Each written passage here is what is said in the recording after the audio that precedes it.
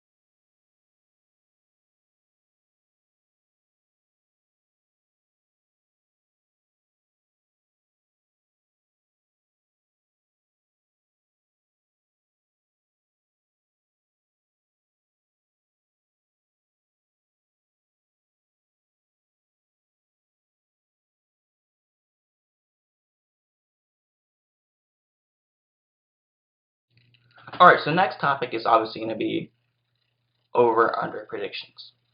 Like over-under predictions. So these are all based off according to PointsBet. So you can go check it out, make your own predictions, all that stuff. But I'm going to start off with one of the ones that I think is kind of close, almost there, but I think it's just not quite there. And that's the Packers, the Green Bay Packers. Their over-under bet line is 9.5 wins. 9.5 wins. Now, for me, this is kind of tough because, Aaron Rodgers, he's great, but he hasn't been to the playoffs in quite some time. He hasn't had that winning record in quite some time. You can say Mike McCarthy contributed to that failure, and he probably did, but it's also a bit of Aaron Rodgers. But he has a new head coach, Matt LaFleur, to towards Achilles while playing basketball, which is kind of unfortunate, obviously. But I still have him going under 9.5 wins, probably near that 9-win mark, 8 wins. But yes, you can look at the schedule and say, okay, they play Chicago twice. They probably split that, so that's 1 win right there. They probably split the Minnesota 2-game stretch, and then also they probably beat Detroit in both of their matchups. So that's 4 wins right there. And then they have Denver. They probably win that, so that's 5. Philadelphia, probably lose that. Dallas, maybe lose that. Oakland, they're going to win that, let's be honest. Kansas City, not really. Chargers, not really. Carolina, maybe it's up in the air. San Francisco, maybe it's up in the air. It was a really close game last season with C.J. Beathard, I believe, starting. I think it might have been C.J. Beathard, but really close. And then New York, probably going to win that. And Washington, probably going to win that. So that's around 9-10. So it's like right there. But I think that the main thing why I have them only getting to 9 wins, under 9.5 wins, 9 or 8 wins, is because it's a new form of, it's a new coach with a new scheme, and Aaron Rodgers has a lot of bad habits built up, and it's going to take time to remove those bad habits if he really wants to. There's going to be times during the season where he's going to revert back to them when it matters the most, and he's going to be like, this is all I know, and I don't want to rely on that when it matters the most. So it's going to be breaking some of the habits. And if there's any point in the season where they start losing, like 2-game or 3-game loss, or losing streak, he's probably going to be like, hey, this new Matt LaFleur coaching does not work. His new schemes, his plays don't work. So I'm going to go back to what I know and what I know best. And that's the reason why I have him under. Now for the LA Chargers, their over-under is at 9.5, the same as the Green Bay Packers. But I have them over. And let's be honest. Who in their right mind would bet the Chargers under? It's a guaranteed over. Well, I wouldn't say guaranteed, but it's pretty close to guaranteed. Pretty close to guaranteed. And I don't need to look at the schedule for this. They play against the Raiders twice, they're going to win that.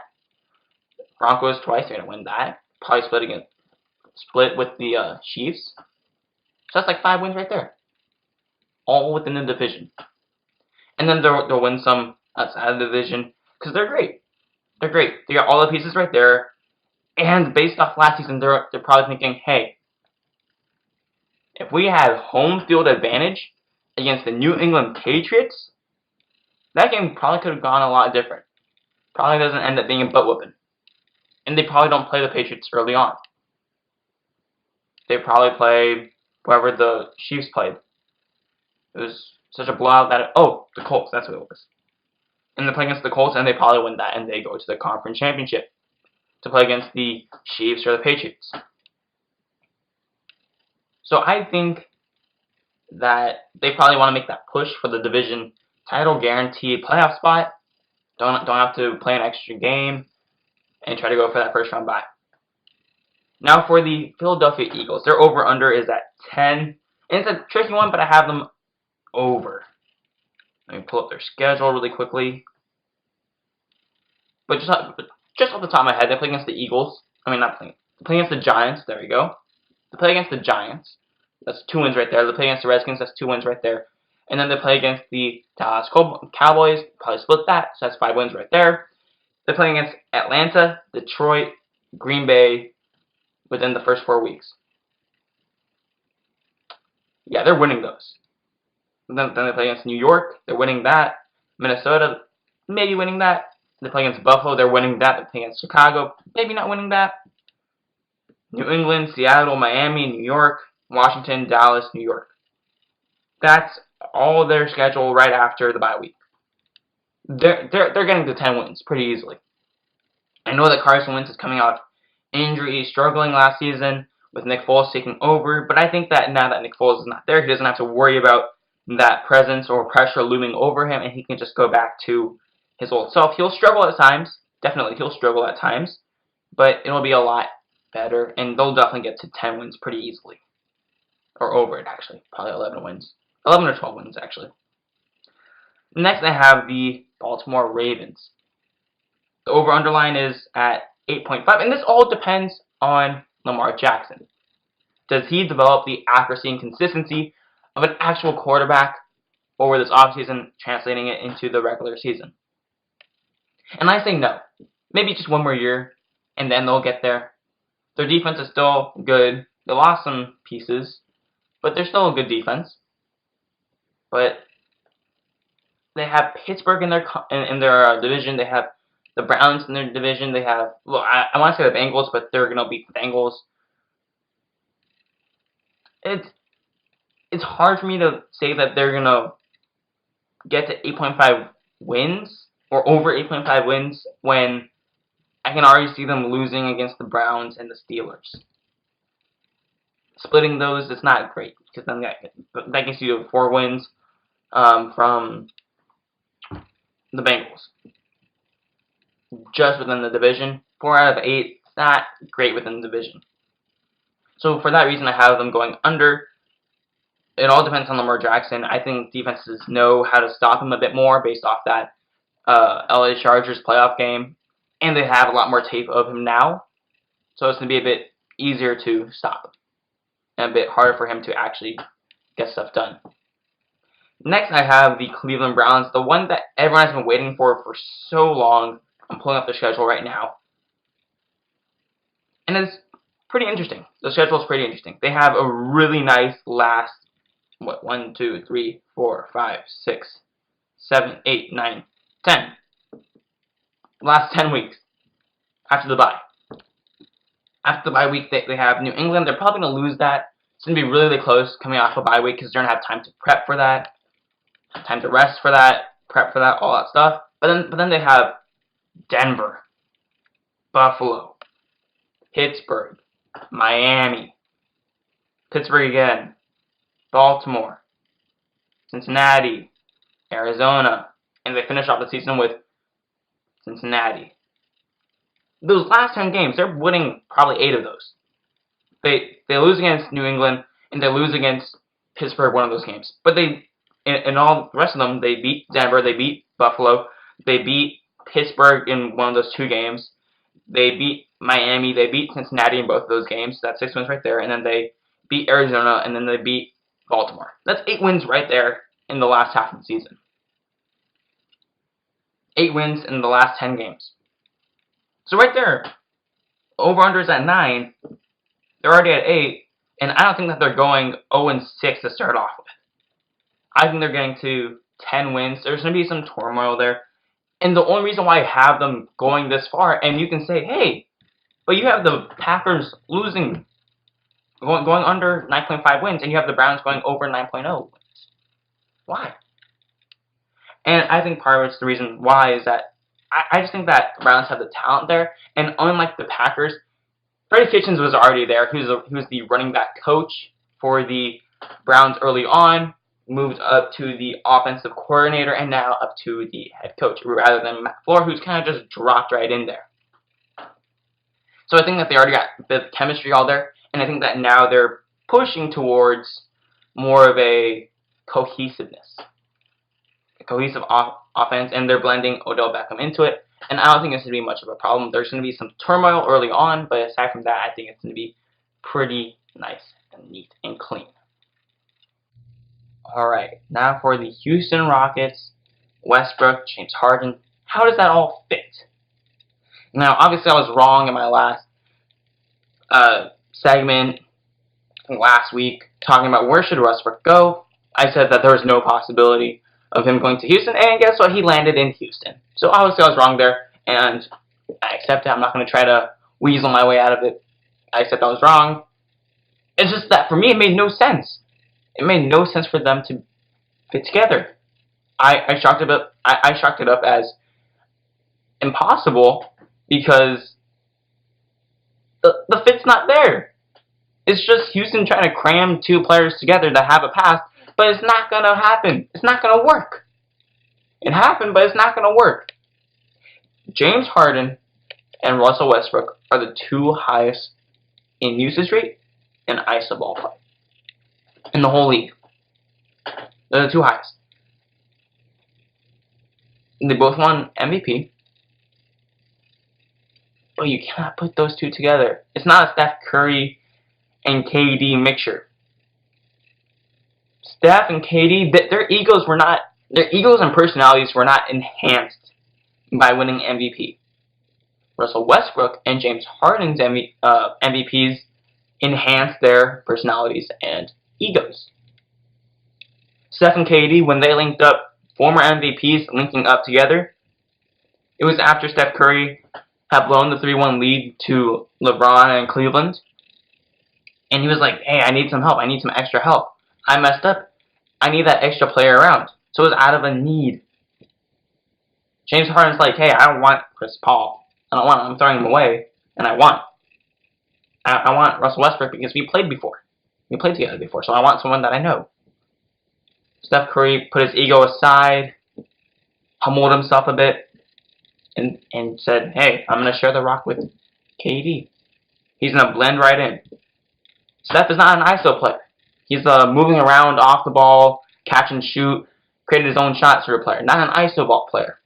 Unlike Russell Westbrook and James Harden, who need the rock to score in their hands 24/7. And plus the Warriors already had Steve Kerr and his system, his ball movement system, moving the rock around in place for quite some time. For like 2 or 3 years by then. 2 years. Yeah, 2 years. And at that point, Kevin Durant was willing to do whatever it takes because at that point he was like, hey, I'm not gonna win with Russell Westbrook. I can win with the Warriors. I can win with them. So I'm gonna do whatever it takes to make sure I win. But I just don't see that happening. I don't see that happening with Russell Westbrook and James Harden because at this point you can't teach an old dog new tricks. You can't teach an old dog new tricks. They both are accustomed to how they've played. Their MVPs have enhanced the way that they play and have more stabilized and promoted how they play and made them think it's alright. I can play this way. I can hold the ball for like 20 seconds and then just jack up a shot. Yes, on the Thunder it worked because they had Kevin Durant there who could be kind of a buffer between two ball stoppers, and they were young, so they were meshing together pretty nicely. But they've grown separately, and at this point, they cannot learn to ditch their old ways and conform to a new way. As much as they want to, they will not change their playing style for each other. When Kevin Durant joined the Warriors, he was young. He was still fairly young, and so he could still learn, and he had that motivation to learn.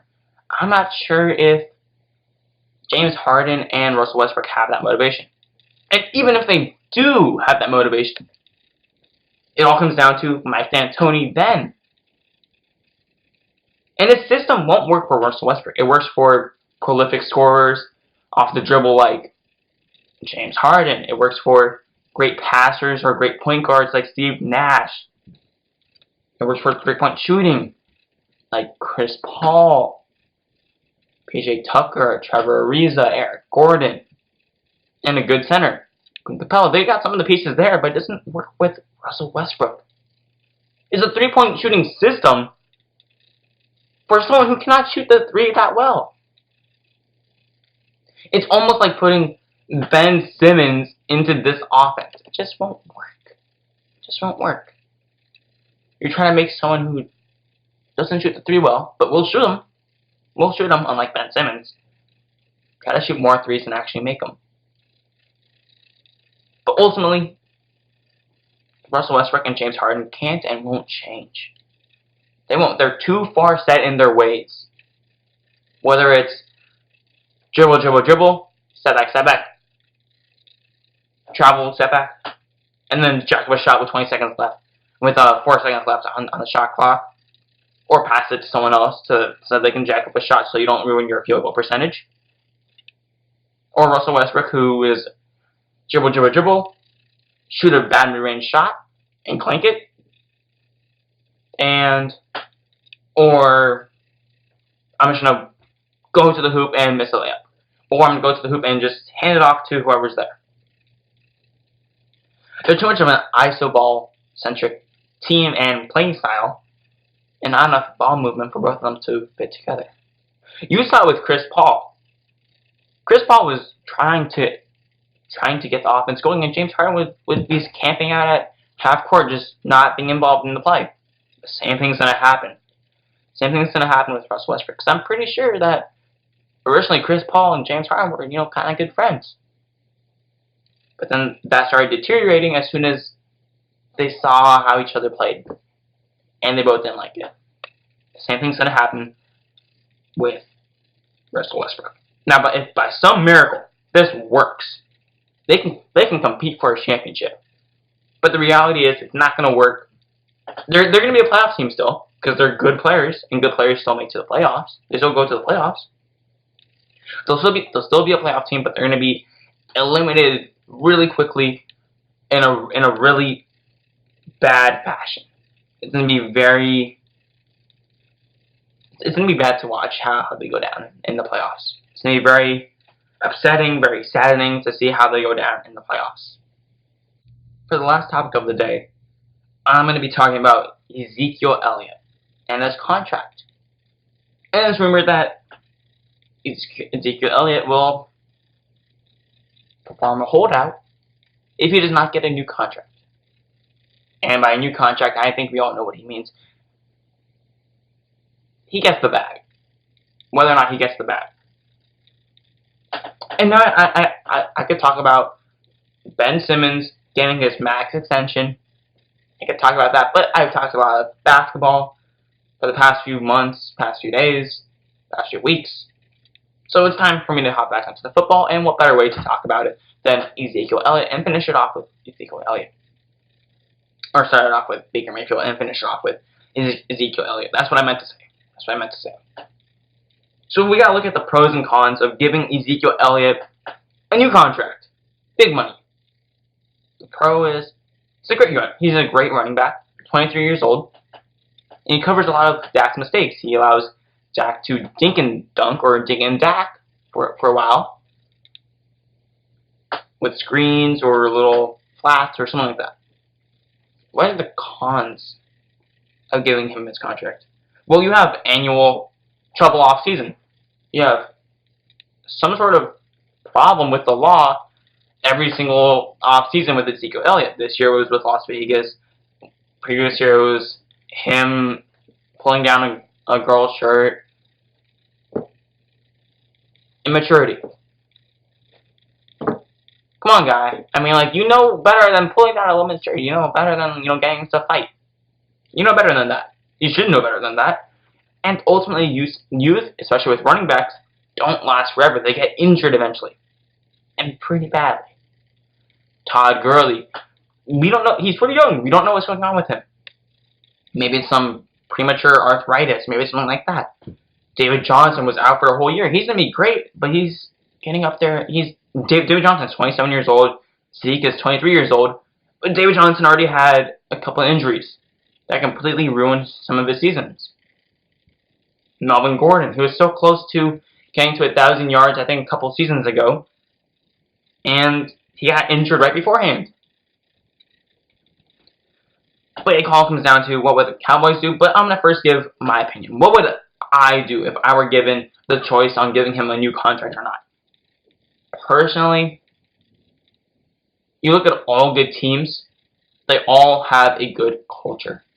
You look at the Patriots. Yes, Gronk has his moments of partying, but he never gets in trouble with the law. Never. And as soon as something like that happens, like Josh Gordon, gone. Patriots dump him. So I think that's what the Cowboys should do. They gotta dump Ezekiel Elliott. They gotta build that culture. You don't want to have these problems with the law. You in football, you want to be more quiet during the off season.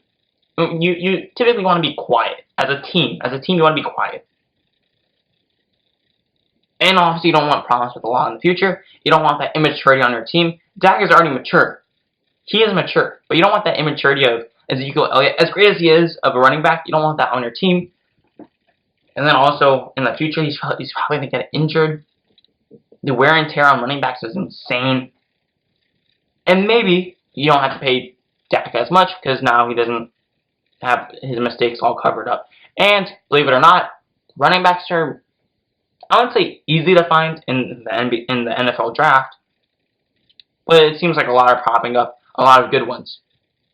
And also, you don't really need a running back to really get to where you need to be.